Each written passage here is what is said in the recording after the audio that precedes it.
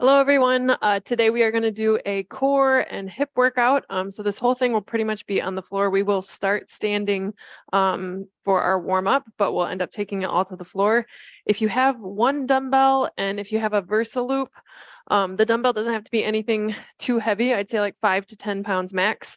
And if you don't have one of the loops, don't worry, you don't have to use it. Let's go ahead and get started with our warm up. As always, remember, if anything doesn't feel good, don't feel like you have to do it. Feel free to do a stretch or throw in a different exercise that you know works well for you. So we're going to start with our warm up here. We're just going to do some standing exercises to get things loosened up. Thanks for joining. Hi. Good morning. We're just starting the warm up, Angel. I've got a couple other people who said they would be here, but so far it's just you and I. So if you have a question, feel free to ask. We're just going to start with what's called the washing machine. We're just going to let our arms swing side to side. So remember, even though we're just working the core and some hips, we still want to make sure our body is warmed up and prepped and ready. Awesome. When we hear the beep, we're going to take it to a standing mountain climber. So get a little bit of balance and a little bit more of that rotation. So our arms go up, goalpost style arms, and we're going to lift and turn towards that opposite shoulder. So knee comes towards the shoulder, but we're staying nice and tall. Looks perfect. So we're getting that rotation through the rib cage area, trying to lift using some of our core muscles, not just the legs. Keeping the shoulders down away from the ears, even though our arms are up. And then we're going to take it into butt kicks. So we're just going to take that heel backwards towards the tailbone. Yeah, watching. Checking our surrounding area. If you'd like to add some arms, we could add a pull with the arms. If that feels like too much on the coordination, we don't have to.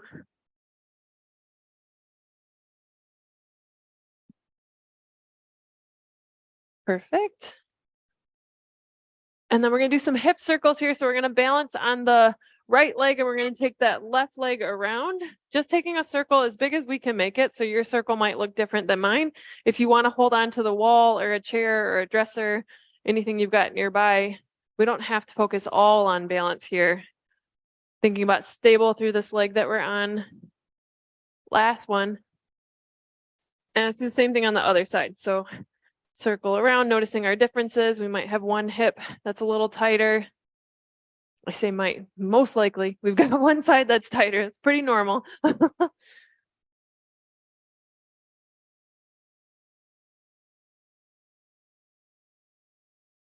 All right, we're going to take a wide stance with the legs and we're going to imagine there's a circle in between. We're going to go into that circle and back out. So in, out, out, and just staying light on the feet, letting the arms go wherever they feel comfortable. Perfect. Keeping our torso right in the middle.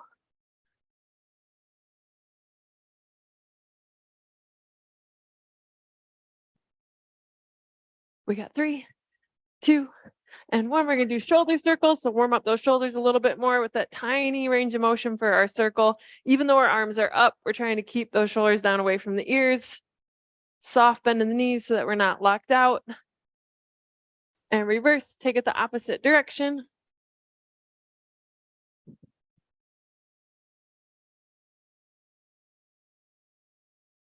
Three, 2, and 1. All right, let's take it down to the floor. So I'm going to attempt to move my computer and not pull all of my cords out, but I think you're going to have a much better view. It's going to be easier for me to see you too. So we're going to start with a scissor crunch. And what I wanted to do today was kind of give everybody some more tips on really working their core, because I think for a lot of us, we go through the motions with core exercises, but we're maybe not feeling those core muscles as much as we could. And there's some things that I've learned cueing wise and breath, using our breath, that can really help us. So our scissor crunch, we've done this one before probably. Our legs go up and down and we try and brace with our core. So what I'm going to have us do today is take our hands and kind of stack the hands and take it under our hips and just help tilt the hips. Because if at any time during our crunch, if our legs are pulling our hips out of alignment and we're starting to arch through our back, if we're starting to flare through the ribs, we lose that ability to have a nice brace. And one of the big things with working our deep core muscles is that we have to maintain our stack with our ribs and our hips so that we can have that pressure, manage that pressure and really hit the core. So if we take our hands under our hips, sometimes that helps just sort of tilt the hips into position. And then before we start moving, we're going to take a big long inhale. And when we exhale, we're going to try and take all that air out. So every last breath with our exhale. And then when we're ready, we're going to try and keep those big long inhales and exhales and keep scissoring the legs. And then from here, we've got lots of options. So we can make those scissors big, or we can start to take both legs and angle them closer to the floor. And the lower my legs go to the floor, the harder it is for me to keep that pelvis in alignment. I'm going to start feeling like I want to arch through the back. So I want to keep those long breaths and keep that angle that feels like it's going to work. And we're going to go for about 15, 20 more seconds. If that feels okay, you don't have to keep going.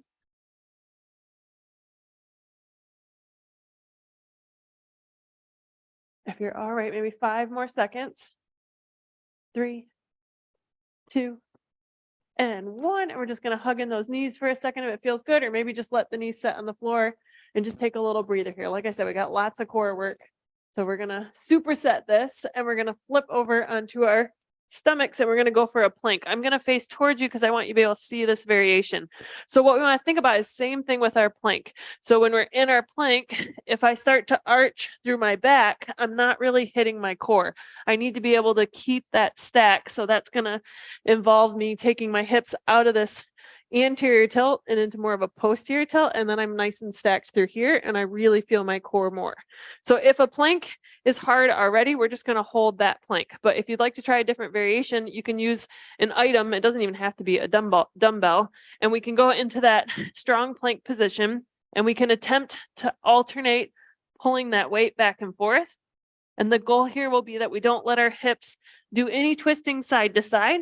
We're kind of resisting any motion. It can even be an imaginary object that you pull through. But if you also just want to stay with that plank, feel free to stay with the plank. So we're going to start in 5 seconds. 4, 3, 2, and 1. So our elbows are lined up under our shoulders. And we're making sure that we're not looking towards our feet, because the minute I look towards my feet, I start to pop my hips up towards the ceiling. And again, I lose that alignment that we want. If I decide I'm going to do that pull through, I want my feet wide. So for most of us, it'll be like wider than the hips. And I'm going to keep my elbows right where they're at, right underneath the shoulders. Then I'm going to press through the left arm and take my right hand under my left armpit to pull that weight over to the side. And then I switch. I press through the right arm, maintaining that brace, slowly pulling it to the left side. So I'm going to alternate back and forth or just holding that plank. Awesome. If we feel okay, we're going to try for 10 more seconds, but we don't have to. Shoulders are pulled down away from the ears. We should feel those lats, those muscles under the armpits. 4, 3, 2, and 1. We're good. We can release down. And then we're going to do a hip exercise here. So we've got a couple different options. So if we're okay on the knees, number one thing, we want to make sure we have lots of cushion. We're going to do a donkey kick. If a donkey kick doesn't feel good, if the knees being in that kneeling position doesn't feel good, then we're going to roll it over and we're going to do a single leg bridge so that we can work the back side of the body without having to be kneeling. So knees are under the hips and my hands are under my shoulders. Again, I still want that nice alignment because even though this is mostly a glute exercise, our hips, we're going to also feel some core work here if we pay attention to our core. So pressing the hands into the floor and kind of bracing a little bit here with our core muscles. I'm going to point the toe down towards the floor on my leg that we're going to work. And we're going to set that timer here so I don't lose track. Go. We're going to bring that heel up towards the ceiling and we're going to try and keep that glute squeezed. We're only going as high as we can before I feel like I'm going to arch through my back. And then I'm going to slowly bring it back down in line with the other leg. So I'm finding that end range of motion that works.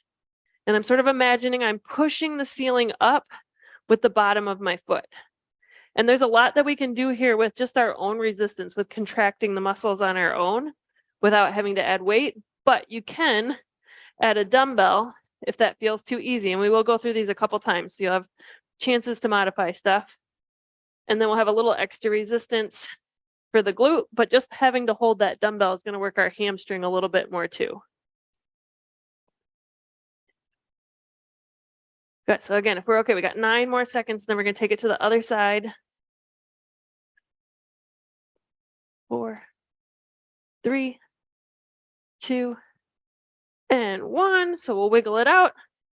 Maybe if we're moving that weight, we move it back to the other side. Again, always thinking about our setup. So back with those hands under the shoulders, shoulders down away from the ears, neck in line with the rest of the spine. So we're looking towards our, just past our hands towards the edge of the mat. And then when you're ready, toe points down on that working leg and we bring the heel up, nice and slow and controlled in both directions. So if I go for speed and I'm trying to kind of force that motion, I'm probably going to start to move through my back. And the goal here is, again, that we're maintaining our core position. So there's a little sneaky core work along with the hips.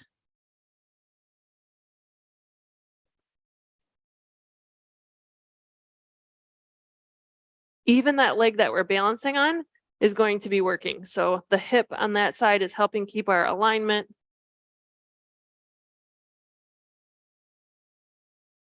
Exhale to press the ceiling up. So exhaling to bring that foot up towards the ceiling. Last 10 seconds.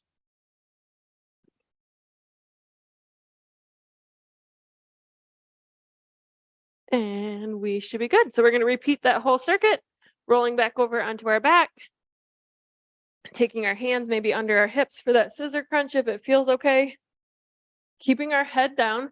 So again, if we bring our head up, a lot of people feel more core when their head is up.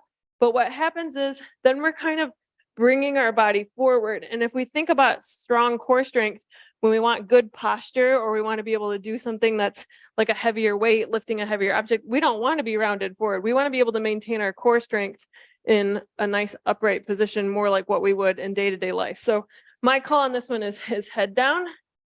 Find that big long inhale and that long exhale. All that air is coming out and you're going to feel your core. When you're ready, start your scissors. Remember, lots of options are correct here. We can do big movements. We can have them be simultaneous with the legs, and the angle makes a huge difference. So the more I take those legs down towards the floor, the harder it is for me to maintain that position and not start to arch through my back and still feel those core muscles working. So really trying to relax through the neck muscles and the face muscles. Maintain those long inhales, long exhales. Knees can be slightly bent or totally straight on this one. It doesn't matter. If something feels better, go for it. And we just got 4 seconds. 3, 2, and 1. Hugging those knees if you want to, or let the knees kind of just sway side to side for a break. And no rush, but when you're ready, we'll roll it over back into our nice strong plank. So again, these are both core exercises. It should feel tough to be doing these back to back. So elbows come under the shoulders. We're looking past our hands. We're going to come up into that nice straight line. So no arch through the back. Good. Our timer is rolling here. We've got that tiny scoop. So we feel this being a whole body exercise. The glutes are working. The quads, the front of the thighs are working along with the shoulders. And if we can get those shoulders pulled down away from the ears, even our lats, our latissimus muscles, and then that pull through, if we decide to add the pull through, just gives us a little more obliques, sides of the waistline, since we have to balance in that single arm position. So we just got about, we're going to try for 45 seconds to a minute. We'll keep you posted on what time we're at. Again, looking past the hands. We really want our neck to be in nice alignment. So much of our day is looking down at our phones, our computers, our books. We want to look forward. If you're okay, 12 more seconds to make it to a minute. If you need to come down to the knees, or if you need to sink back into child's pose, that's always a good option. And we are there. We're good. So we just bring those knees underneath us, hands under the shoulders. Maybe wiggle and shake it out a little bit before we get started here. And we'll go 5, 4, 3, 2, and 1. Toe is pointing down on our working leg. That heel is pushing up towards the ceiling.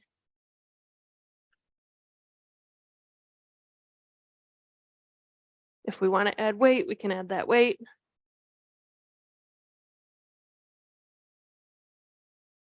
Thinking about everything staying right where it's at. The only thing that's moving is our leg.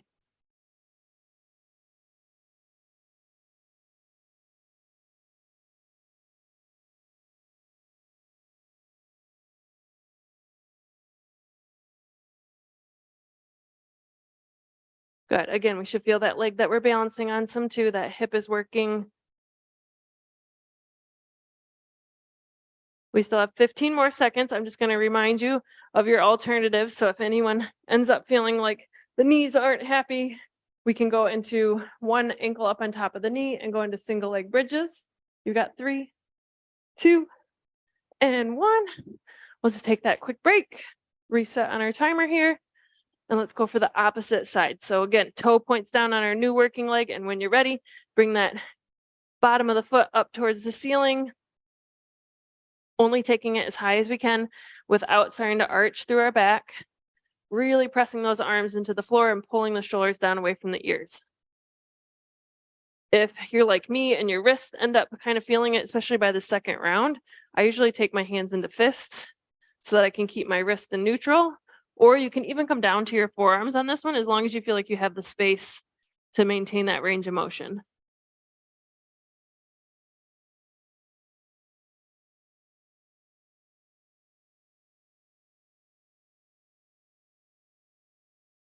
Good, you got it, excellent. Hamstrings and glutes working here, and like I said, sneaky core and shoulders. We're gonna go 9 more seconds. 3, 2, and 1. We are good.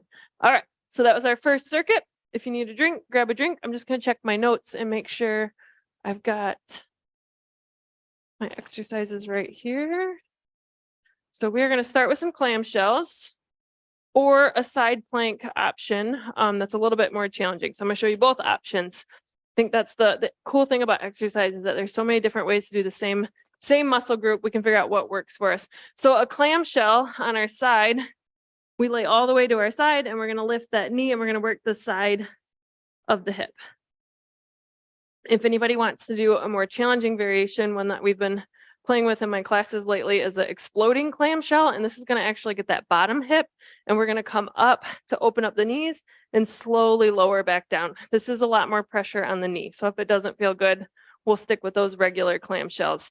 And this is where if you have one of these loops, some of us are strong enough that just body weight doesn't necessarily hit the muscle as much as we want to. So you could put your loop above your knees for your clamshell or the exploding clam. So we'll do those each and then we'll move on to our next exercise. So if we're all the way down, we want to have those knees lined up. So I don't want to have one knee like way behind the other. I want to have them perfectly in alignment, and we'll go for 45 seconds on these. If we keep our hand on our hip or our hand out in front, we want to make sure that we feel the muscle. So we feel that muscle on the side of the hip. We also want to make sure that as we bring the hip or the knee up, that we're not rocking backwards at all. So we're only going as high as we can, where we can maintain this hip slightly tilted towards the front of the room. If we do that exploding clamshell, we're going to come up, open up and pause, and we control that lowering back down. The hip just taps the floor, and then we come back up. Awesome, good. Still got 10 seconds.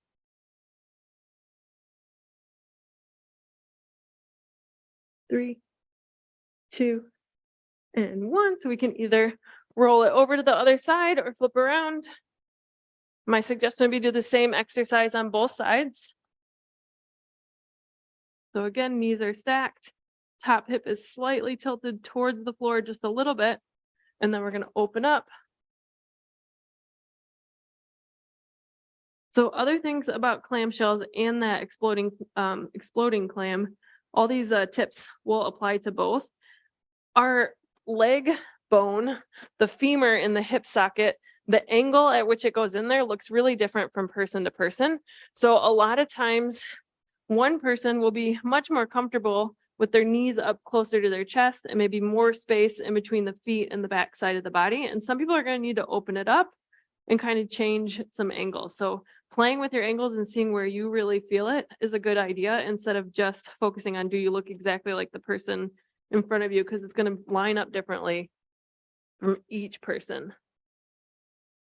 We got 3, 2, and 1. We're good. We're going to give the hips a little bit of a break here. And we're going to go up into a V-sit position. And in our V-sit, we're going to do some twisting, and I'm going to talk about all my tips for form with the Russian twist. So V-sit, when we lean back, again, just like I talked about when we were on the floor, we want to make sure we're not over rounding, and we want to make sure we're not overarching. So it should feel like your ribs and hips are perfectly stacked, like a canister or a slinky is the way I like to think about it. If we want to stay here, so especially if twisting doesn't feel good for our body or we know we shouldn't, we're just going to stay right there. If you decide to twist, I'm going to go ahead and start that timer. Ready and go. If you decide to twist, whether you're holding a weight or not, I want you to grab an imaginary weight or medicine ball, and it should stay right in front of your chest so that when we turn, it's always right there. And the reason that I do this is because our spine, our low back, is only capable of a couple degrees of safe range of motion. And if I'm focusing on getting something to the floor, I'm probably going to twist more than what I need to work my obliques and my core and keep my low back safe. So think about slow, steady turning, always keeping that imaginary medicine ball or that imaginary weight right in front of your chest.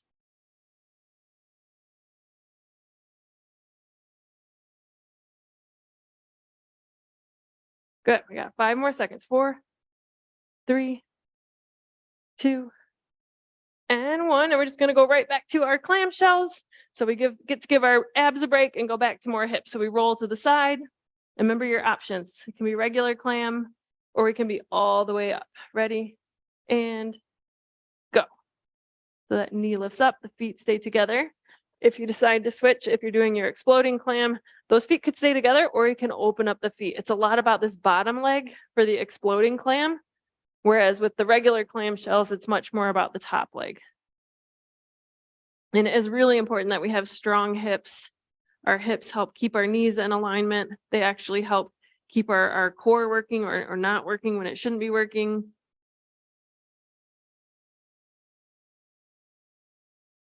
About 10 seconds.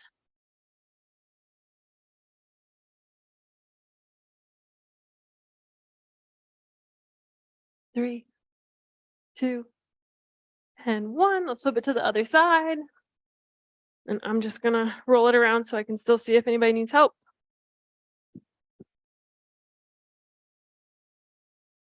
So all the way down to our side. Ready and go. Again, playing with your angles. Might even be different from your left to right side.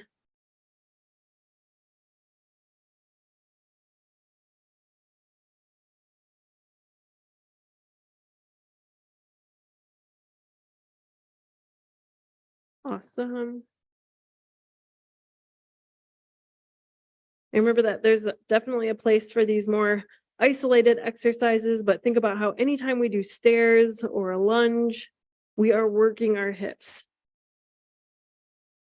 5 seconds. 3, 2, and 1. Let's do our twist. So getting, again, a little bit more of those obliques. So nice tall posture. Always thinking about how tall posture does not mean that we have to have our chest popped out. We still want to have our ribs down, shoulders down and back, grabbing that imaginary medicine ball and keeping it right in front of our chest. So it's connected at the sternum, and our timer is counting down now. We're going to go for 45 seconds. Our legs stay as stable as possible. So for me, it actually helps to kind of squeeze my feet together, or sometimes I'll even have a client put something in between their feet to kind of help, because if we're moving a lot through our legs, we're not isolating the core like we want to. And again, anytime we're working our core, our neck muscles and our face muscles always kind of want to kick in and help, and they're not going to make our abs any stronger. So we got to relax through the neck, relax through the face muscles. A little less than 10 seconds. 3, 2, and 1. We are good. That was all I had planned for exercises. I'm gonna walk through a couple stretches if you have time to hang out with me. So I usually like to do hips, and today, especially since we worked them, one of the best ways to stretch the hips is to go onto our back and take our ankle onto our knee and just bring those legs in till we feel our stretch on the one side of the body. If it feels like too much with the leg up, you can also take the leg down. Maybe this feels more comfortable. If it doesn't feel like enough of a stretch, you can do it upright, and then you can kind of leverage pushing yourself, like pushing your shin towards your chest to make it deeper.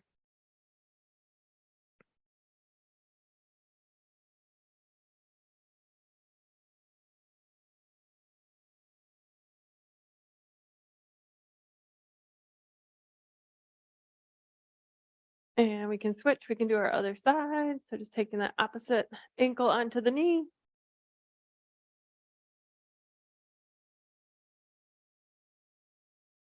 Remember, our brain is so connected with our muscles. And if we're tensing up and we're not breathing properly, we can't relax and allow the stretch to happen. So we have to have big, long inhales, long exhales here as well. It's just sending that signal from our brain to our muscles to relax.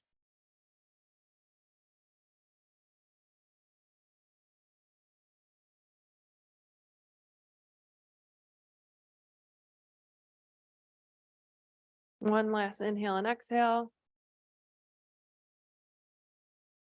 And then we'll do one more stretch. So we'll sit up, kind of back into that V-sit position, but we're going to have our arms behind us, and we're just going to bring our hands as close as we can together. So I'm kind of keeping my shoulders opening up, and I'm bringing my hands close, inching them together so that I feel like I'm opening up through my shoulders. So shoulders are down away from the ears. My chin is up, opening up across the back side of the body.